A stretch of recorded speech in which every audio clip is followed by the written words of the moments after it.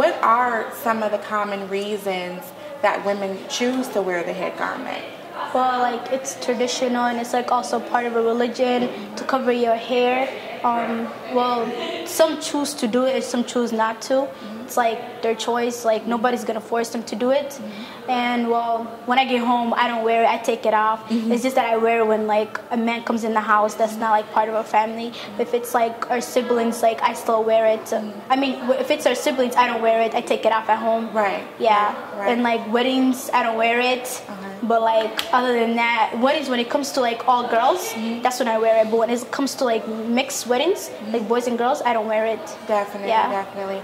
And does it have any semblance as to why you would wear it, why you wouldn't wear it? I mean, yeah, it's like part of a religion. Like you have to wear it. But what does it signify with the religion? Modesty.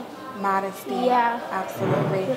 And what are some of the types of different head coverage? Because I know like there's the type that you have where you're just kind of covering up your hair and your face is exposed. But what about the coverage when it's like covering up the entire face?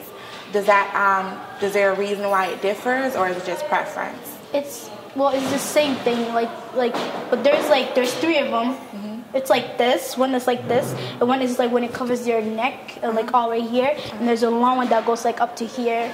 So it just depends on which one you want to wear, which one that you feel comfortable with. That's gonna cover you up.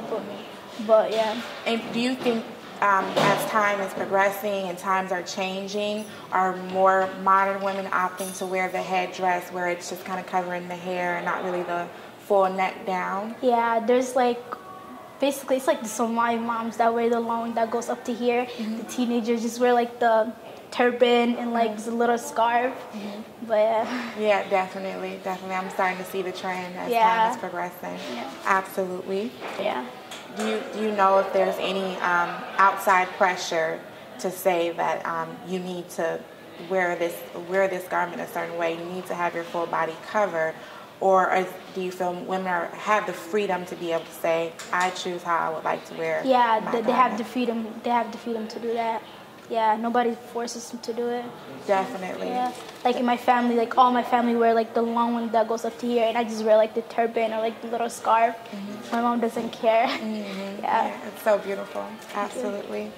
Do you know if it's only Muslim women within that Muslim religion that choose to wear the full garment with the turban, or is it other religions as well that may come to the store to shop for garments? Yeah, there's like other people besides Muslims that come in the store. They look at our scarves. They tell us, oh, how do you do it? How did you put it on? Could we try it? And it's like so amazing when they try it. It looks so beautiful in it. So and then one time this lady came in and then she tried the scarf on and she's like, oh, let me go out with the scarf today and see how it is, and I'll let you guys know the experience of it the next day. And she told us I felt amazing. Nobody even noticed who I am. My family didn't even notice me. And I was like, wow. Absolutely. Well, I'm so glad you came to do the interview with us, and we look forward to coming and shopping at the new Sisterhood Boutique. And definitely come and shop. Yeah, most definitely. Well, thank you. Yeah.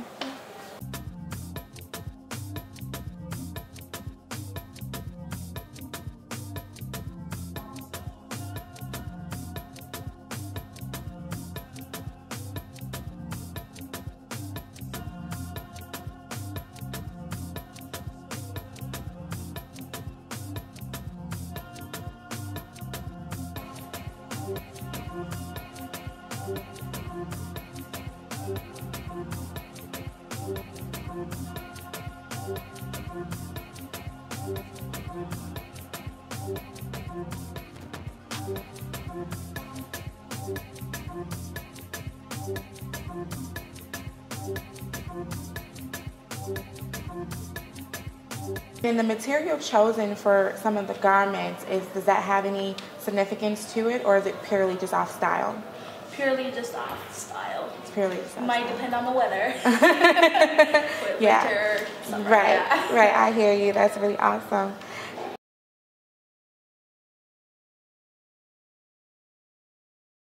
The hijab, it's for modesty. Different people obviously view or define modesty differently, but the hijab is modest, and in the Quran, as someone who believes in the religion, it specifically says that we have to wear modest clothes. Hijab literally means modest. So hijab is used to cover your hair, is used to cover pretty much everything. Muslims varies differently, like we have a variation of types of Muslims, and they wear hijab differently. So it's a modesty reason, and it's because the easiest answer is because God said so. Yeah, so it's one of our huge concept of Islam. Yeah. Modesty. It's modesty, and the hijab literally means modesty. So when people say, "Oh, why hijab this? Why?" It literally means modesty, and sometimes I understand some society when they don't understand things differently, they see it as in some kind of oppression, they see it as in some kind of, and that's because of lack of education, lack of that culture. And I understand that, like, in the media and society and some, in environment and culture, sometimes some things are like, we're obviously like, oh my God, that's crazy, I would never do that, because it's not normal to them. But for us, it's normal for us, it's part of us, it's who we are. And I guess, like, as you notice, there's a huge Islamophobia going on in this nation. I don't want to get into the whole politics and president-elect of certain president or so forth about it, but like the main reason and the main thing that people should understand about the hijab is people have the freedom to choose what they want and the freedom to wear what they want. And it's the First Amendment, freedom of religion. Okay. So it's just, I don't know, it's interesting that we even have to debate about like freedom of choice of other people, because the world is full of, like, there's billions of people, 6.77 billion people. Right. We're not all going to be the same. You're all going to be different. And we were never supposed to be the same. Yeah, I mean, it's so boring. Why be the same?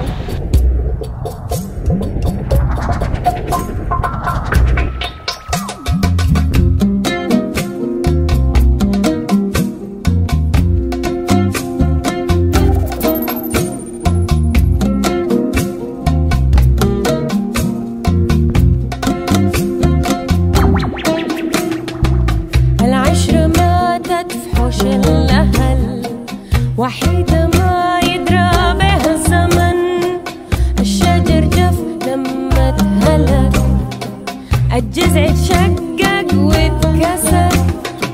وين يا وطن وين يا زمن، غضبان من سنين تتمطى وتفلك في جبينك بالألم. وين يا وطن وين يا زمن، غضبان من سنين تتمطى وتفلك في جبينك بالألم. دمك يسيح أنهار ملح وأنا جنبك بموت عطش. حاولت أشرب لما انفجعت، أبكي المرارة اللي ما بتتبلع. وين يا وطن وين يا زمن، غضبان من سنين تتمطى وتفلك في جبينك بالألم. وين يا وطن وين يا زمن، غضبان من سنين تتمطى وتفلك في جبينك بالألم.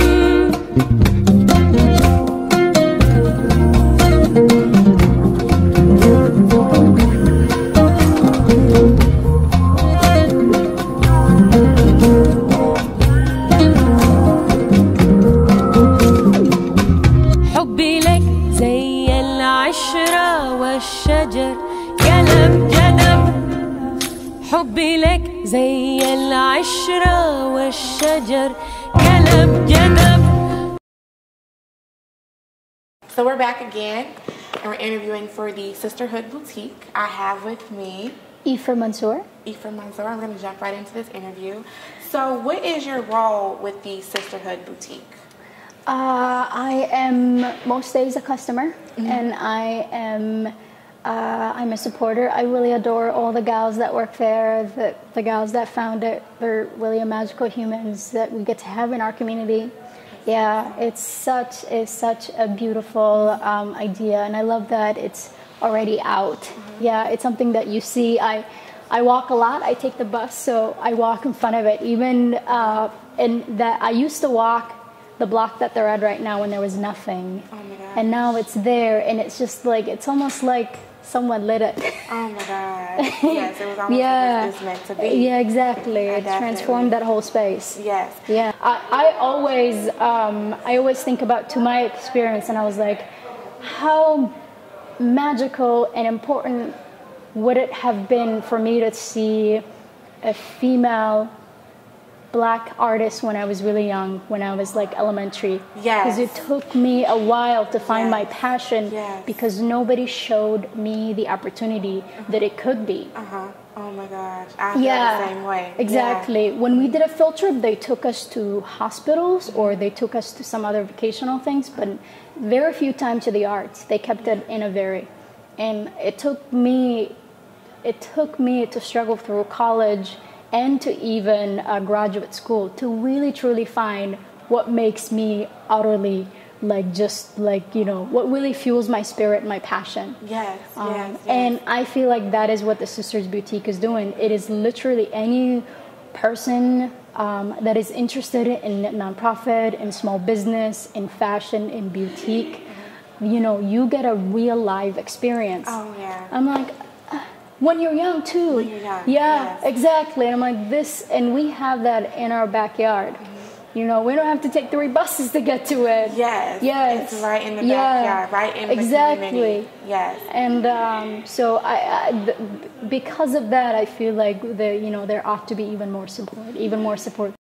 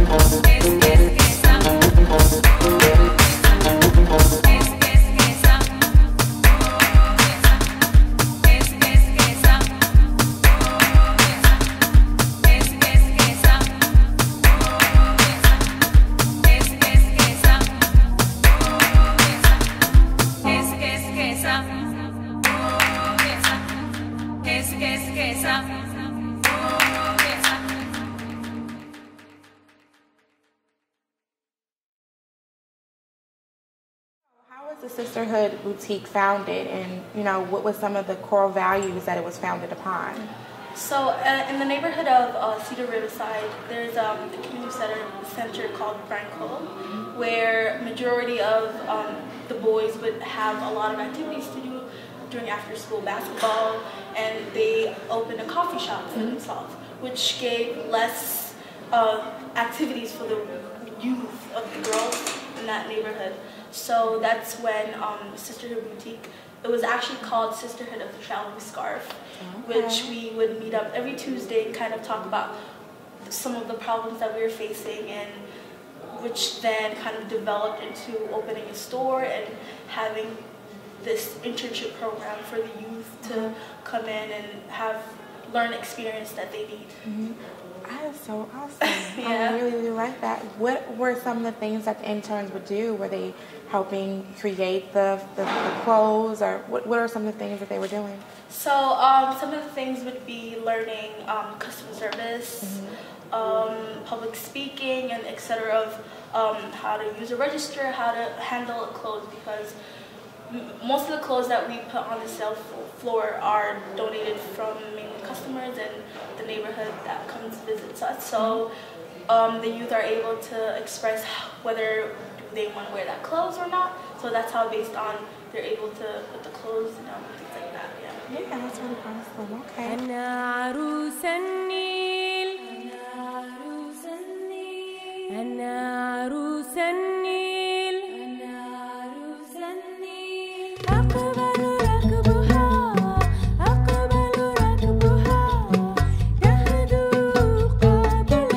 تهدو قابلة يا عديل الليل يا عديل الليل يا عديل الليل يا عديل الليل يا عديل يا عديل يا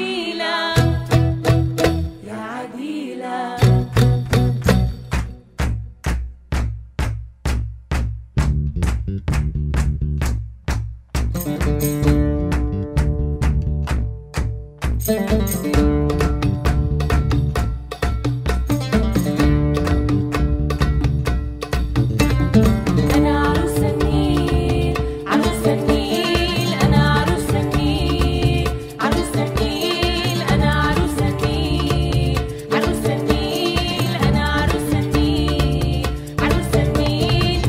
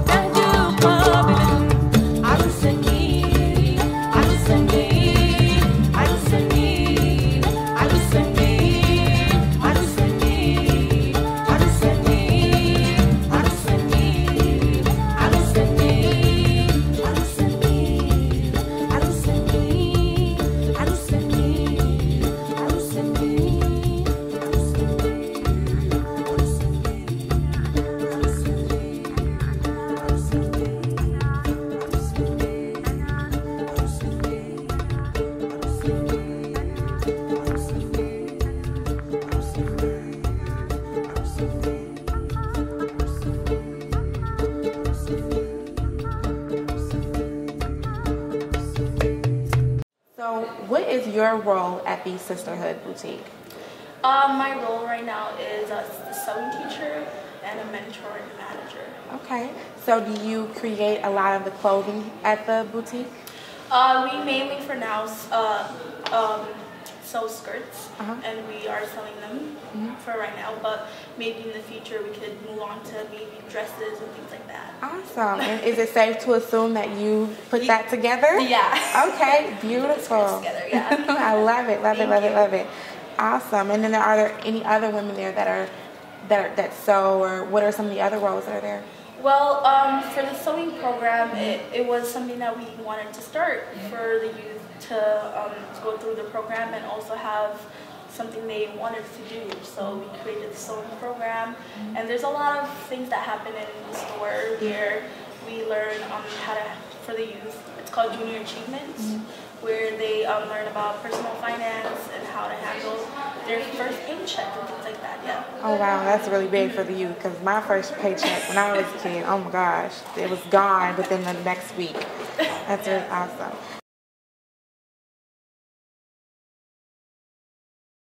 Sister is like the first step. It's not the last step. We want it to be a first step where they can come in here, gain whatever resource they need to be the powerful women they are, and move on and do amazing things in their life.